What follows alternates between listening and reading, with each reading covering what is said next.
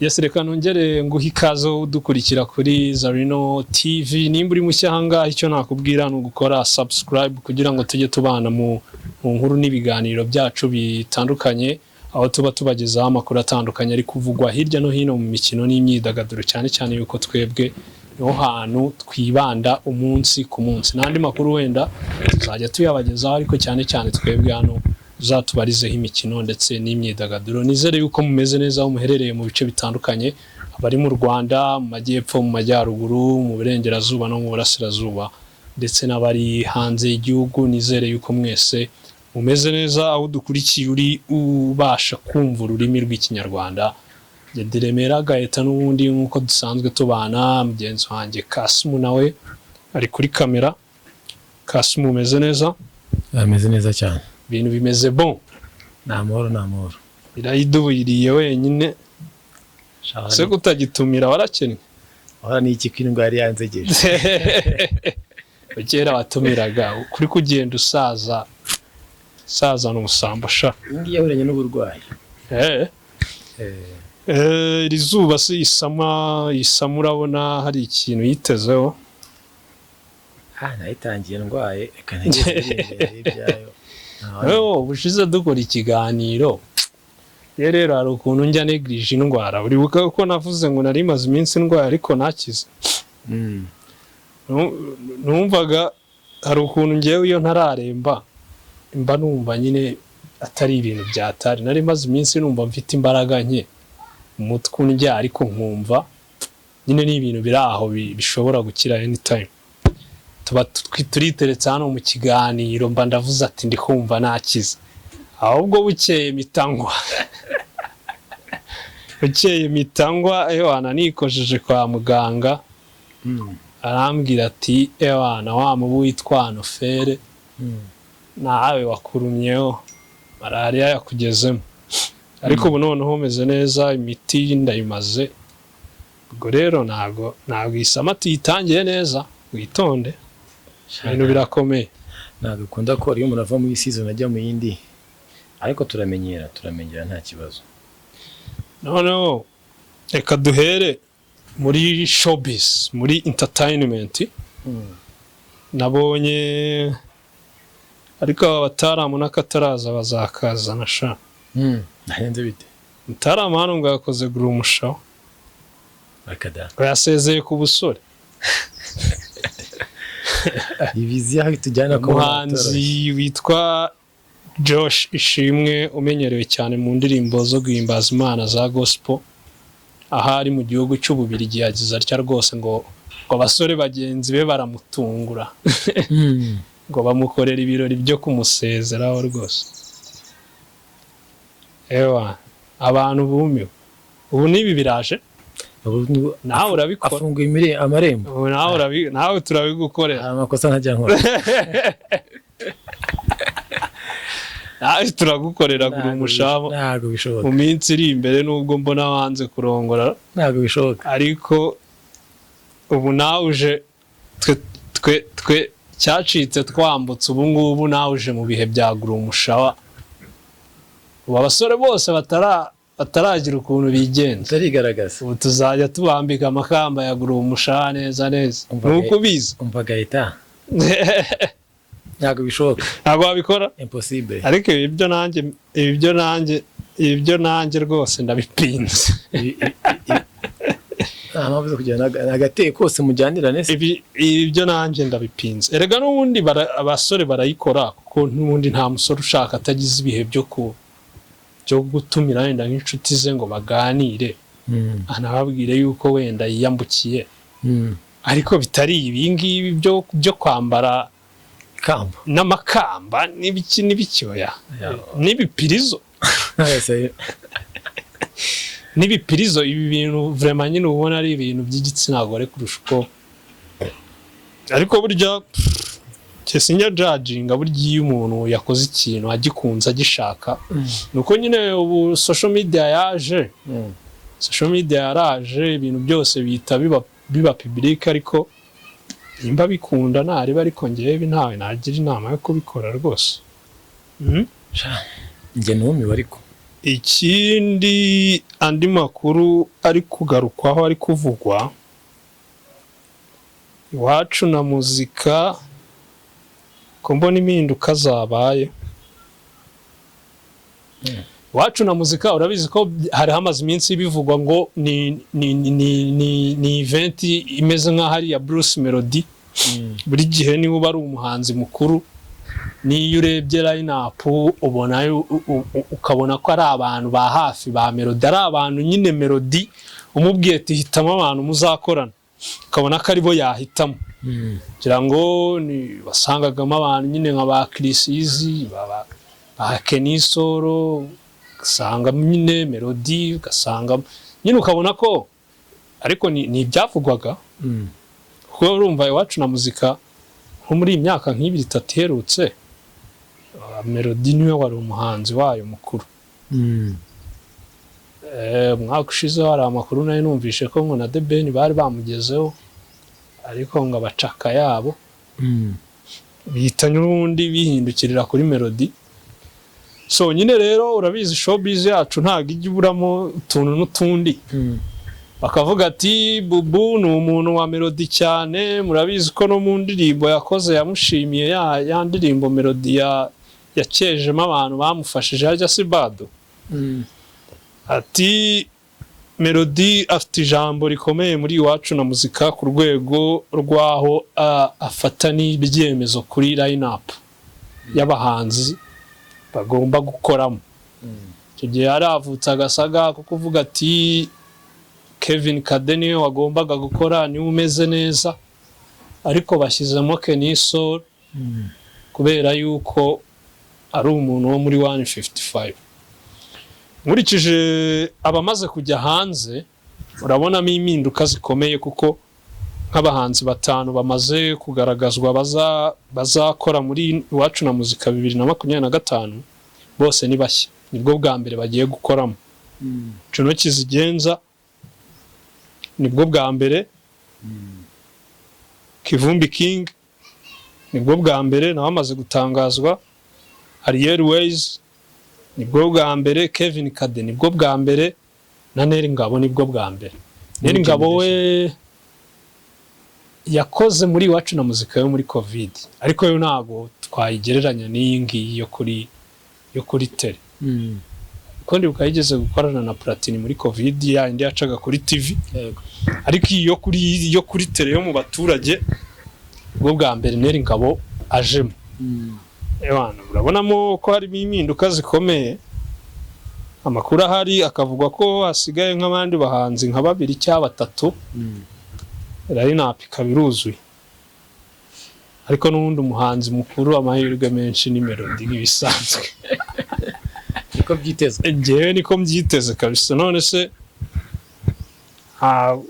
nterwa uriya mu Rwanda urebye neza abahanzi wavuga ko bari guseringa bavuga ko nyine bari guseringa ku buryo wabayoboza igitaramo cyawe uri atabaye Melody yaba The Ben The Ben iyo hajemo akantu k'ibi bitaramo by'ubuntu byo byaho kwinjira ari ubuntu ngira ngo VIP bari 2 The Ben byakugora abigendamo gake habona ameze nk'umuntu bigendamo gake nyine yaguhenda cyane kabisa sinzi wenda wasanga Iwacu na muzika kuko maze kubona udushya twinshi uburyo batanga bari gutangazamo abahanzi wasanga buriya na budget yariyongereye ku buryo Samagwe bashobora kukimanura hariya kikajya kuzenguruka igihugu ko hari ibarubona ritabereye imbwa pe nagisamagwe muri ukuntu nambwa y'umutuku ushobora kubona ni nago kunumba mbona nyine igisamagwe kiri kujya kuririmba mu bitaramo by'ubuntu ewana Bubu yaba yahebye kabisa ese iyi line up urayibona uti iyi line up iri fair iyi line up iri fair nkurikije aba batanu maze kubona iri fair kabisa, kuko ikintu njye nanengaga iwacu na muzika zimaze iminsi zibaho, njye sinkunda ibintu bimeze nk'agakundi, ubona bimeze nk'aho hari abantu bagenewe icyo kintu, hakaba n'abandi. Urabizi Juno Kizigenza ni umuntu byakunze kuvugwa yuko Bubu bigeze kugirana utubazo adashobora kumukoresha mu bitaramo bye. Kivumbi King ni umwe mu bahanzi bamaze igihe kinini bakora neza, sibyo subize? Bakora neza, ariko ugasanga ibitaramo nk'ibi ntabwo Kivumbi bashobora kumushyiramo ngo nawe arye kuri ayo mafaranga. Neri Ngabo, sibyo ko Neri Ngabo we bijya bivugwa yuko na management ye ngihenda, wari ukuntu ica menshi, ariko ukabona yuko nyine aba bahanzi bose bamaze gutangaza. Iyo ukurikiranye amakuru ubona ko n'icyo gihe bavuga ngo Kevin Kade bari bamutekereje havamo, bivugwa ko ngo yari yabahenze, bikavugwa ko ngo na Juno ngo nawe burya ngo ni umuntu ukunze kuzamuguhanika agafagitire kiwe, biravugwa cyane, biravugwa. So rero ikintu mbona muri no line-up nkibonamo nk'agaciro nanone iyi show ihawe, aho kuvuga ngo irakoresha abantu bemera make, ikwiye kuzana abantu babikwiye. Bigaragara ko muri iyo minsi, kuko iwacu na muzika ari igitaramo ngarukamwaka, ni igitaramo ngarukamwaka, sibyo? Iyo uri igitaramo ngarukamwaka rero ugendana n'abantu bagezweho muri iyo minsi. Muri uyu mwaka ahangaha iki gitaramo kigiye kubera, ni abahe bahanzi beza bahari. Nk'ubu kujya kureba muri iki gitaramo ukabona bagukubitiyemo wenda nka Aline Sano muri uyu mwaka ntabwo ameze neza, sibyo?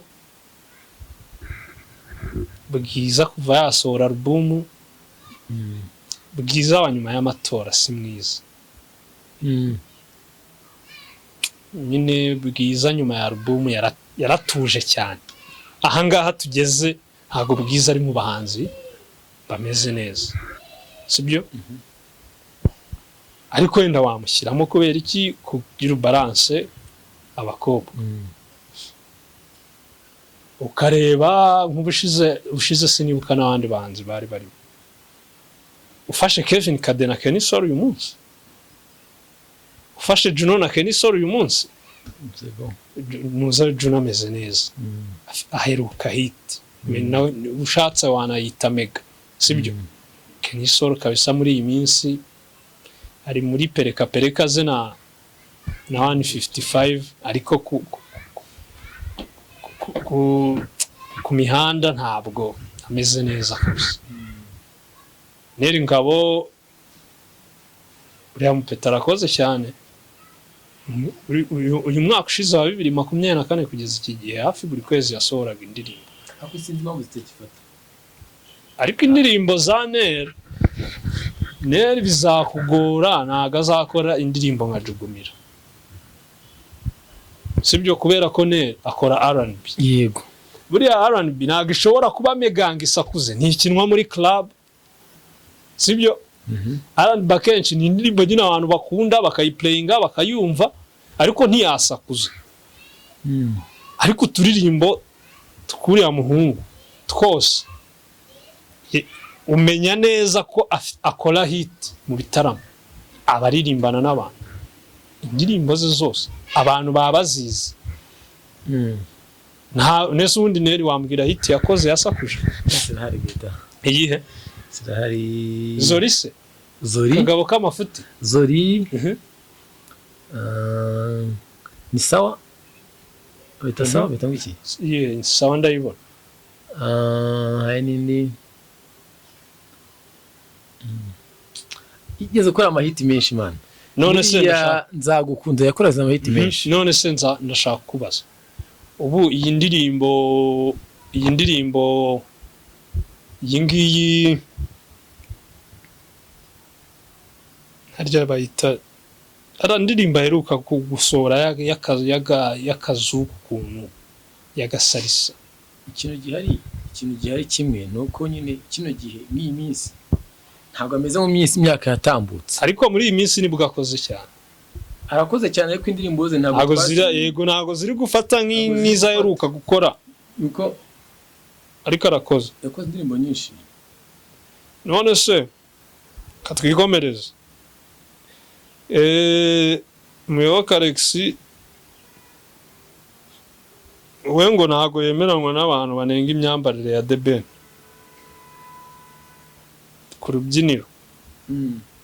Ndo bivuga iki? Cyane imyambarire se barumva ngiye ku giti cyanjye kugiye n'imyambarire buri muntu wese judging bitewe nuko abibona. Ubundi koko Ben yambara nabi cyangwa ni ikintu abantu bakriyetinze cyo kuririraho bamusebye? Biterwa n'icyo bita kwambara neza cyangwa nabi.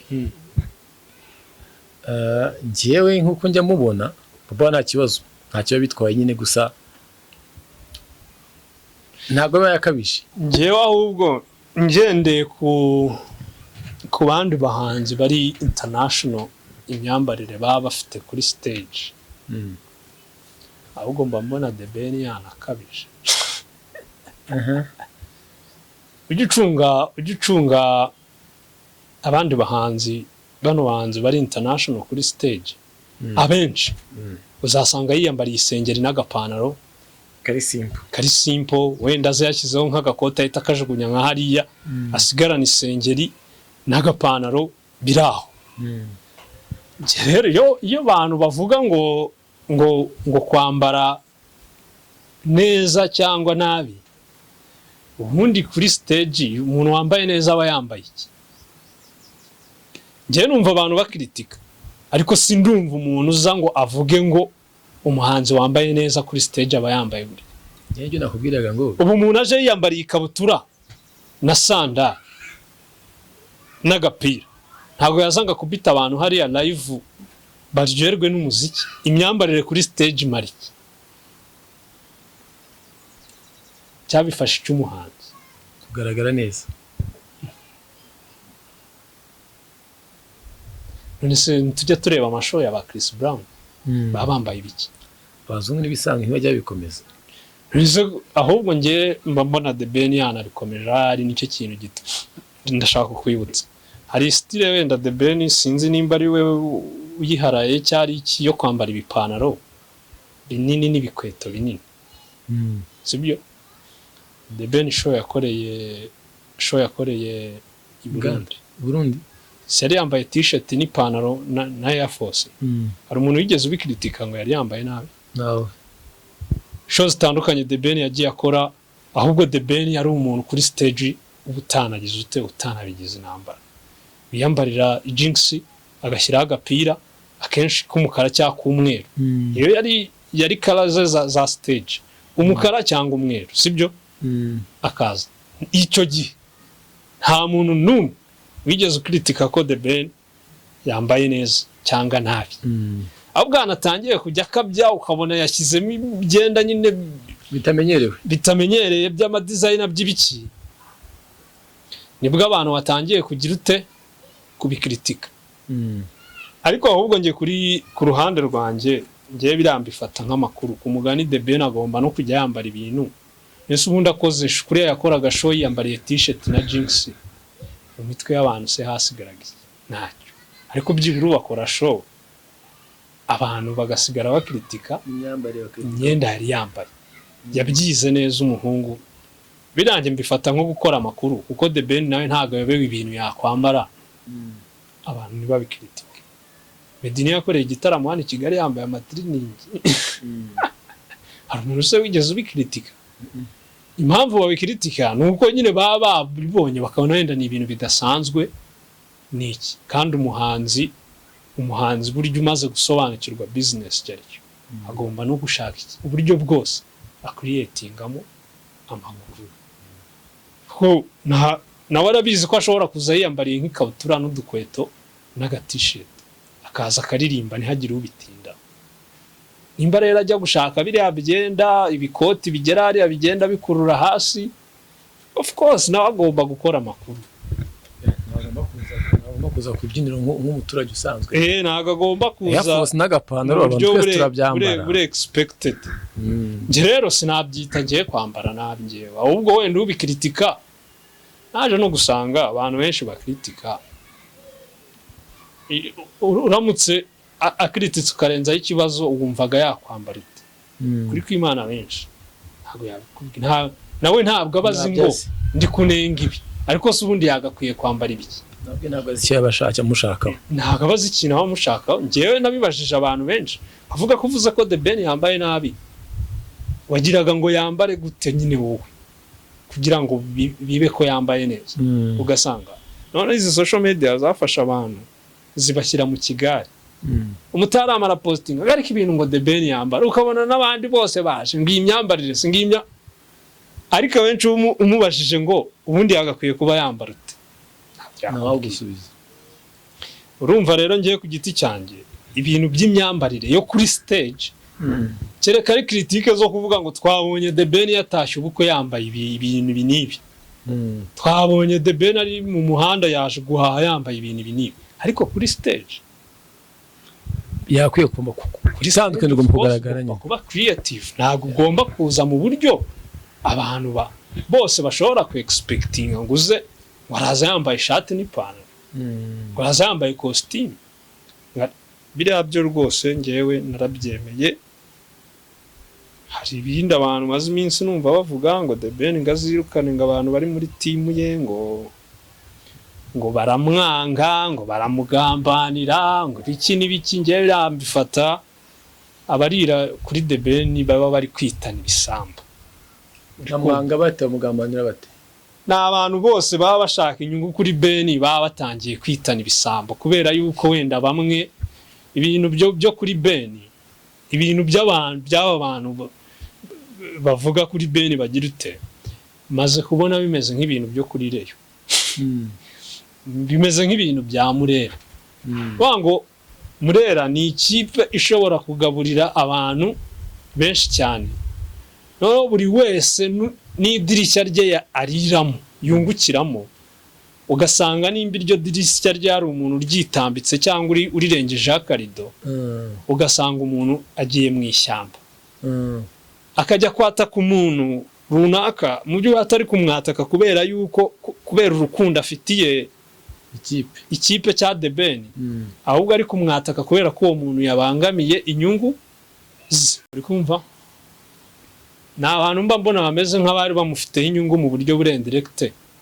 Noneho zikaza ukomwa mu nkokora wenda n'abandi bantu runaka bari gukorana na Ben bameze nk'abapindonyi cyane. Ngiye niko mba mbibona kubera yuko umuntu ubumaze imyaka irenga 20 muri game kandi ariko gasongero kubera iki sibyo iyo myaka abayimaze ariko ari on top kandi ari kumwe n'abo bantu. None uyu munsi none subu ndashaka kubaza ikibazo kimwe dusoza kuri iyi ngingo. Abenshi bashyira mu majwi Muyoboke, reka tubivuga uko biri.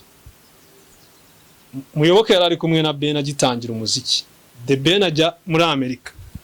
Aba bantu bari gusakuza uyu munsi kuki batavuze Ben ari muri Amerika? Nta nyungu zari zirimo. Nta nyungu zari zirimo. Kuki batasakuje ngo bavuga ati The Ben team yawe ntago promoting umuziki wawe mu Rwanda. The Ben abantu mukorana ngo basakuze. Kuki basakuje?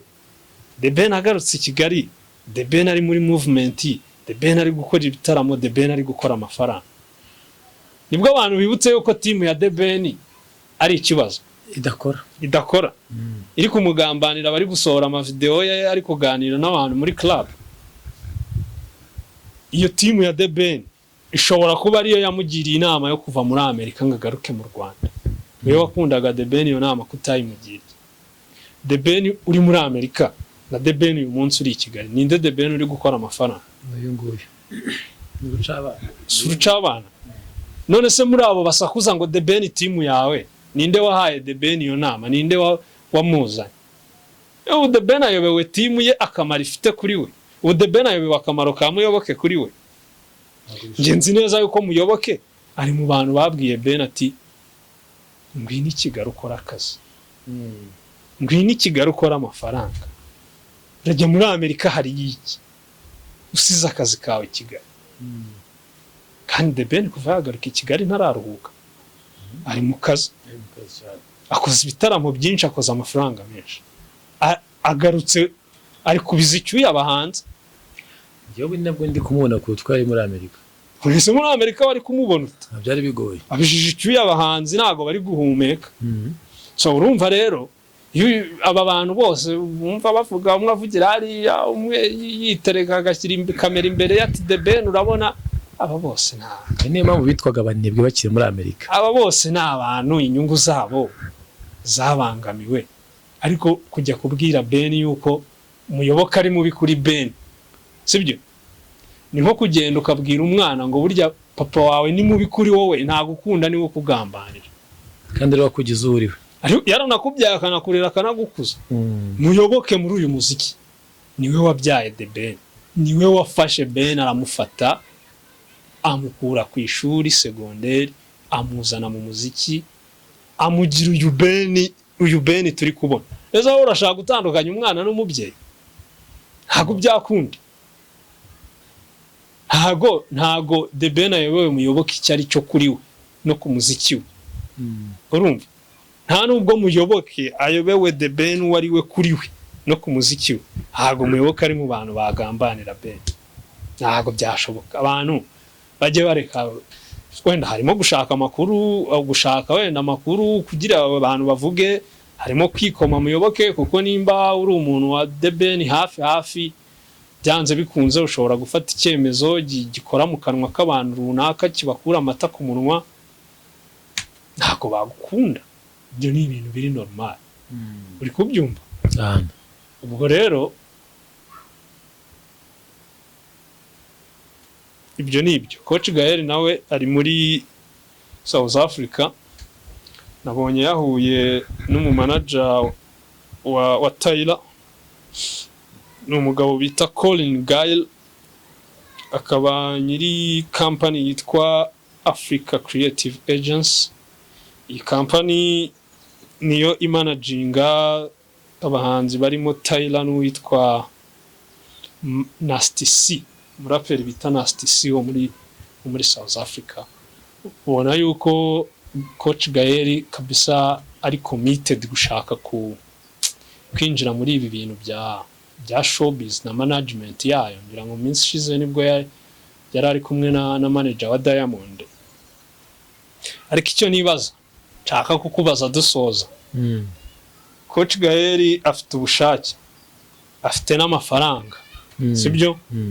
Uriyo ufite ubushake bwo gusobanukirwa no kumenya ibintu runaka, ufite n'amafaranga washora muri ibyo bintu, buryo ufite ibintu byose. Hari abantu benshi bishwe no kuba bafite ibitekerezo byiza bashobora no kubyara amafaranga, ariko badafite igishoro. Sibyo? Hari n'abantu benshi bishwe no kuba bafite igishoro, ariko badafite ibitekerezo byiza byo kumenya aho bagomba kugishora, ntibagire n'abajyanama beza. Sibyo? None urabifite byose, ufite igishoro, ufite commitment yo gushora, sibyo? Noneho uri no kugenda wiga nyine kugira ngo usobanukirwe. Urumva Diamond ni umuhanzi mwiza, Tyler ni umuhanzi uri international, sibyo? Abo bantu iyo muhuye mukicara mukaganira, hari ikintu bakuraho gikomeye cyane. Icyo nibaza nshaka kukubaza, afite product, uru rwego ari kwigiraho ibintu ruri international rwo kuba yakora umuhanzi uri international, ushobora wenda no guhatanira ibihembo bya za Grammy n'ibiki, ni byiza. Ariko mu Rwanda hari product kubwangira zirahari pe. Ni nk'abahe bahanzi Gael uvuga ati aba bantu aramutse yize agafata inota akazishora muri aba bantu, bashobora kugera ku rwego rwa ba Tyler, rwa ba Nasty C, rwa ba Rema, rwa ba Diamond Platinum? Mu Rwanda muri rusange, mu bahanzi bose njyewe myibwiriyemo nka batatu. Ntago najya ko badafite management. Badafite management bari ku ruhande. Oya nacyo wenda nka Melody n'ubundi ari muri management yabo niba umubonamo ubwo yaba ari Melody n'abandi babiri we Melody we arimo ku giti abandi babiri Melody arimo urushora washoramo na Railways ndi muzima wana Kivumbi ni muzima Kivumbi King yego Kivumbi nawe yacuruza nanjye ndabyemera hari abantu hano bacuruza ariko Melody nk'uko ubushize twanamugarutseho kugira ngo agere ku rwego rwo gucuruza mu buryo buri international nabonye hari n'abavuga ko ngo Coach Gael ngashaka kumuhereza iyi kampani akaba ari mu managinga biramusaba kubanza gusobanukirwa agaciro ka brand name yiwe ntabwo Melody ari umuhanzi wo kwirirwa ku ma live n'aba influencer bamubaza ibibazo bidafite shinge na rugero bidafite 12 byo kumugonganisha nta kazi ka management rero no niyo mpamvu Gael avana akajya kuganira abantu amenye ngo umustar abahati oya nje mpamvu mbivuga nigeze kwiyumvira Melody ari kuri live ari kuvuga ngo hari abantu ngo bambuza ngo gukora ama live